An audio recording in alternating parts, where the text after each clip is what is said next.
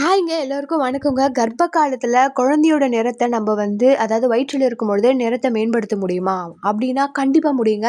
நான் சொல்ற இந்த உணவுகள நீங்க இந்த பழங்கள், இந்த காய்கறிகள், அப்புறம் இந்த நட்ஸுகள நீங்க சாப்பிடுறதுனால, நீங்களும் அதாவது ஹார்மோன் சேஞ்சால கொலாஜன் கம்மியாகி நீங்களும் உங்களோட நிறம் கம்மியாகும். அதாவது ஆண் குழந்தைனா இந்த மாரி நிறம் இருக்கும். பெண் குழந்தைனா இந்த மாதிரி நிறம்லாம் சேஞ்ச் ஆகும். நம்ம ஃபேஸ்லாம் ஹார்மோன் சேஞ்ச் ஆகும் அப்படிலாம் சொல்லுவாங்க இல்லைங்களா?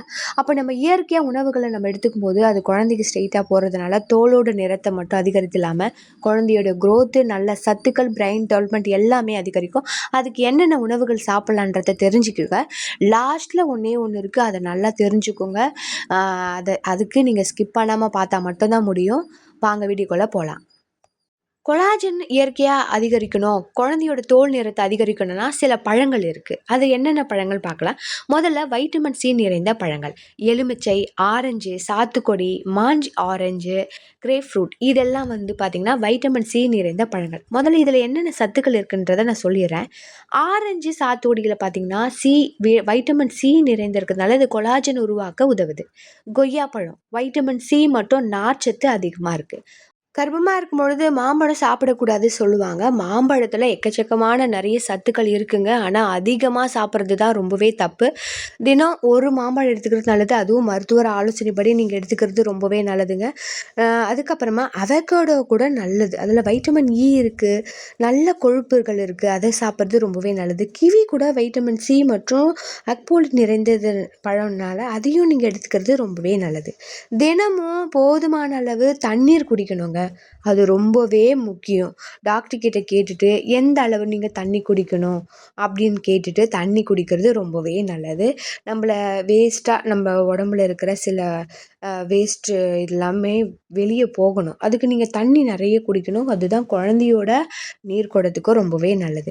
அடுத்ததா புரதம், கீரைகள், பருப்பு வகைகள், பால், முட்டை சாப்பிட்றதுனால சமச்சீரான உணவு உங்களுக்கும் கிடைக்கிறது மட்டும் இல்லாம குழந்தைங்களுக்கும் சேர்ந்து கிடைக்குது.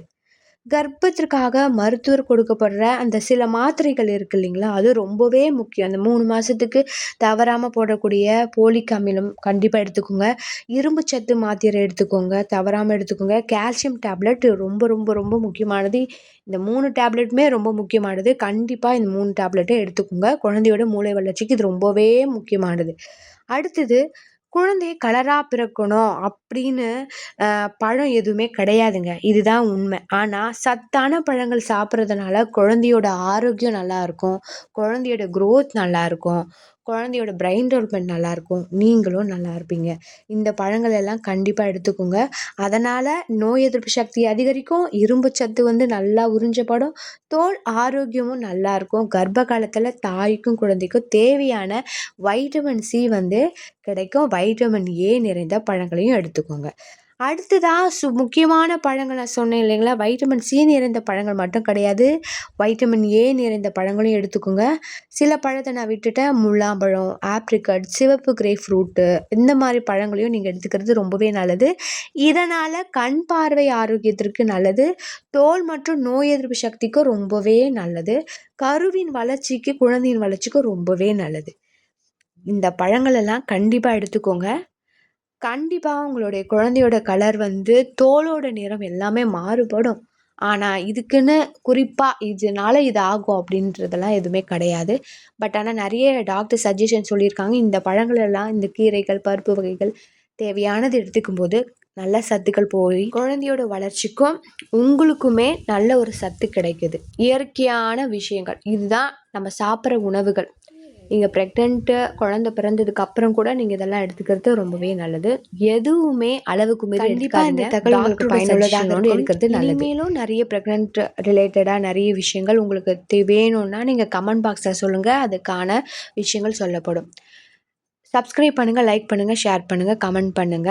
தேங்க்யூ. நன்றி.